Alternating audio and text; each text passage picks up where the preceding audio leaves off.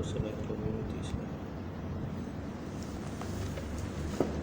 السلام علیکم بیٹا، آج پاکستان اسٹڈیز کا چیپٹر نمبر 10 ہے اور لیکچر نمبر 18واں لیکچر آج سٹارٹ ہو رہا ہے۔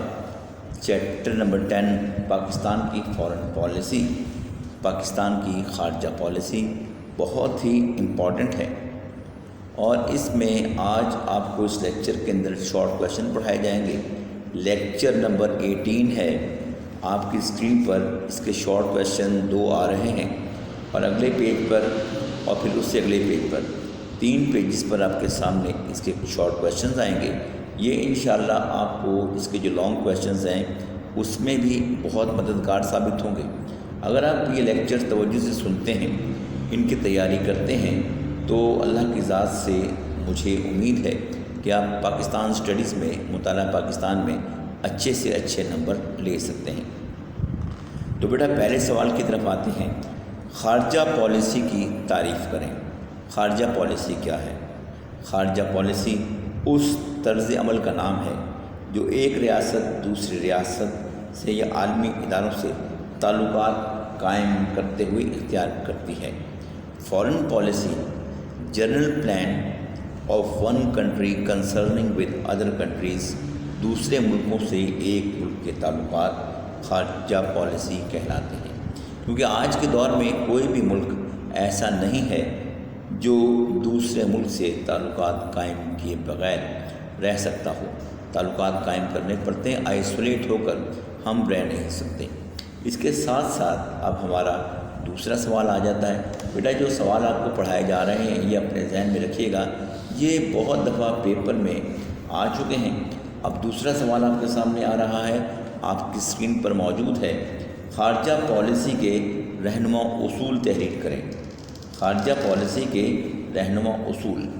خارجہ پالیسی کے رہنما اصول یعنی پرنسپلز کیا ہیں فارن پالیسی کے؟ عالمی امن کے قیام کی کوششوں میں اقوام متحدہ اور دیگر اداروں سے تعاون۔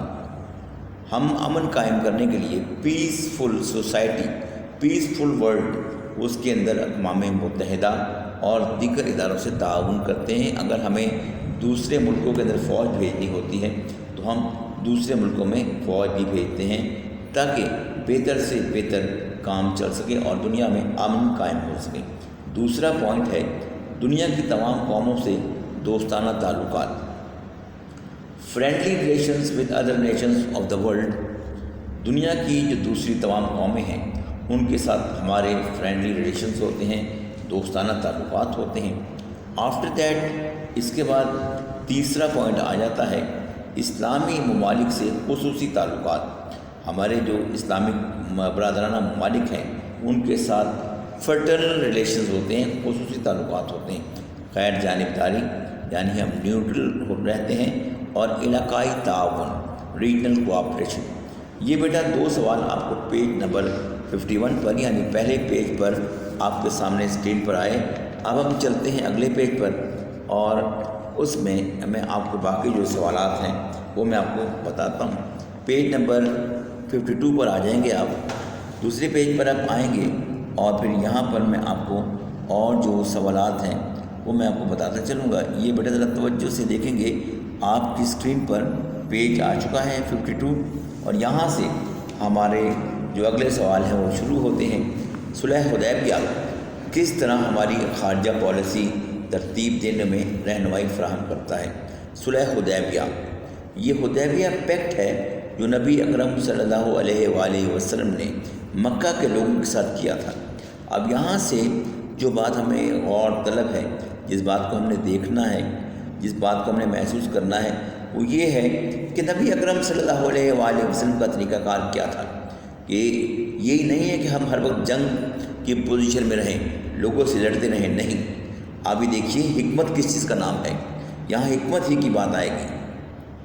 اب اس میں جو اس کا جواب ہے وہ ذرا نوٹ کر لیجیے۔ بظاہر دیکھا جائے تو صلح حدیبیہ مسلمانوں کے خلاف تھا۔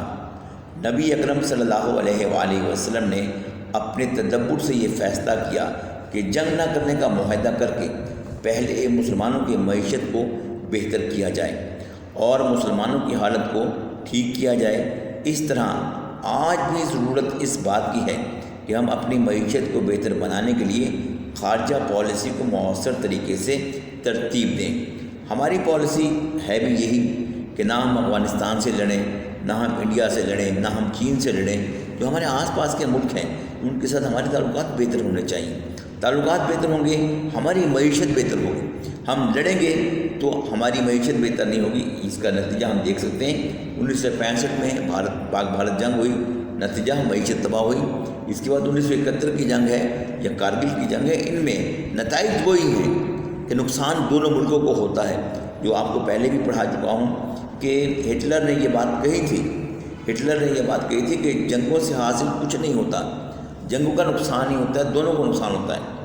بیٹا اسی طرح اگلا سوال ہمارے پاس آتا ہے، کوشچن نمبر 4، کس طرح پاکستان نے چین کے بین الاقوامی مسائل کے حل میں مدد دی؟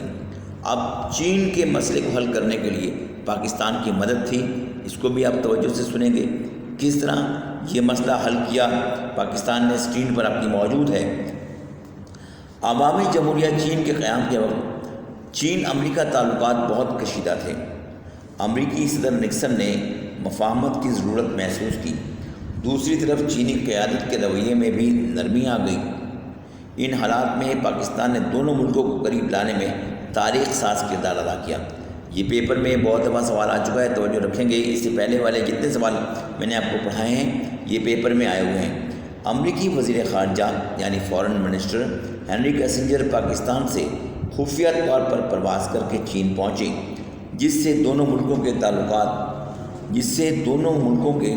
تعلقات جو ہیں اس کا آغاز ہوا۔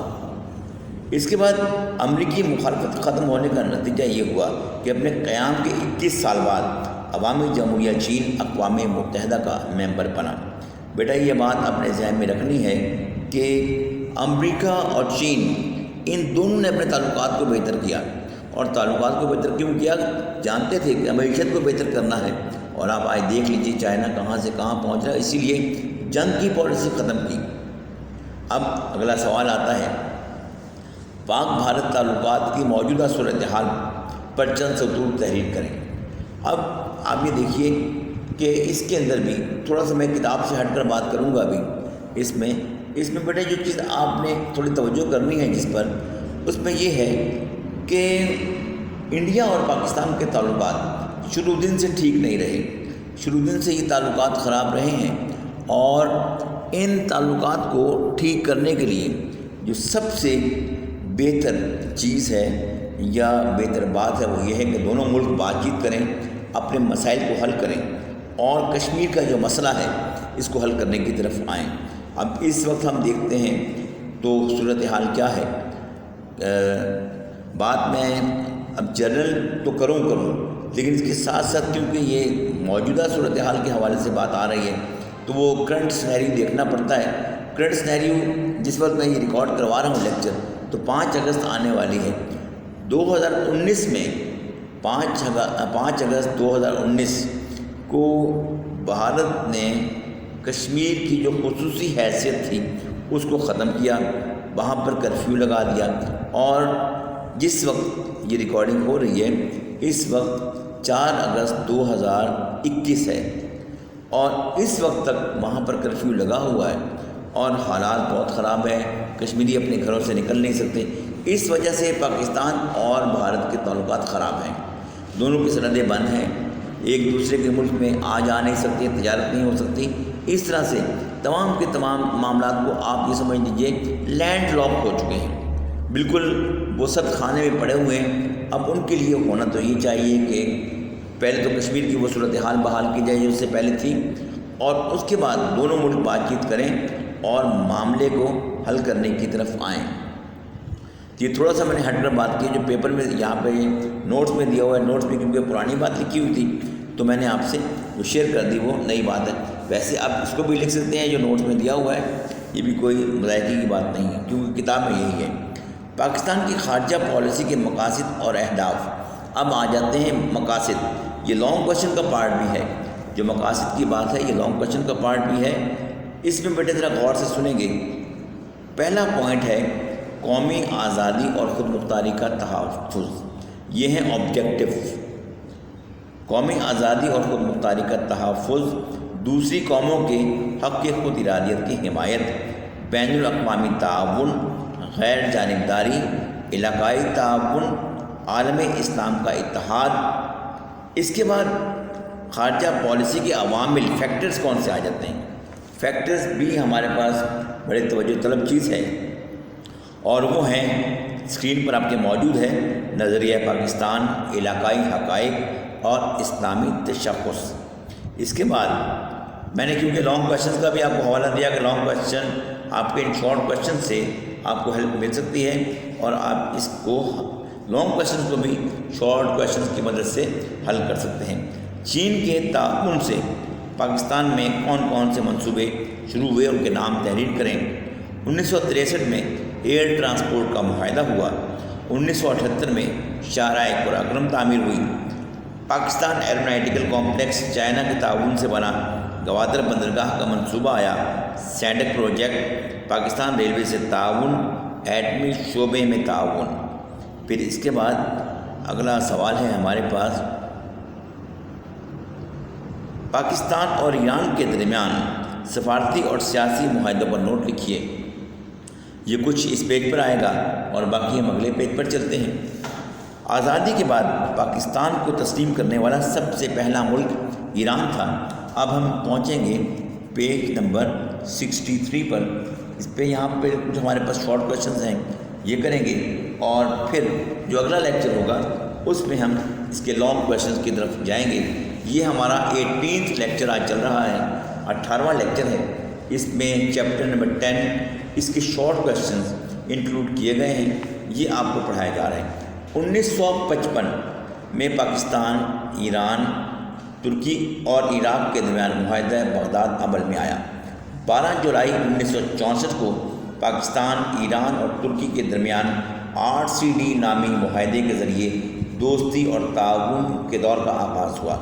انقلاب ایران کے نتیجے میں چند سال کے تعطل کے بعد RCD کو اقتصادی تعاون کی تنظیم ECO یا ECO کے نام سے ایک نئی شکل دی گئی۔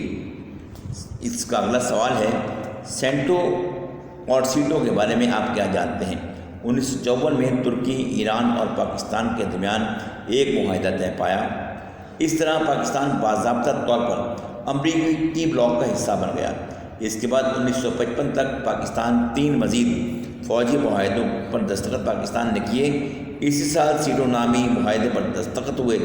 1955 میں ایران، عراق، ترکی اور برطانیہ نے بغداد پیکٹ پر دستخط کیے۔ بغداد پیکٹ سے ایران کے نکل جانے کے بعد اس کا نام بدل کر سینٹو کے نام سے ایک نئے معاہدے کی شکل میں اس کو ڈھال دیا گیا۔ پاک سعودی اتحاد کے بارے میں آپ کیا جانتے ہیں؟ سعودی عرب اور پاکستان کے درمیان ابتدا سے ہی اعلیٰ سطحی روابط قائم رہے ہیں۔ تمام سعودی سربراہوں نے پاکستان کے متعدد دورے کیے۔ پاکستان کے بھی کم و بیش تمام سربراہان مملکت و حکومت سعودی عرب کے دورے کرتے رہے۔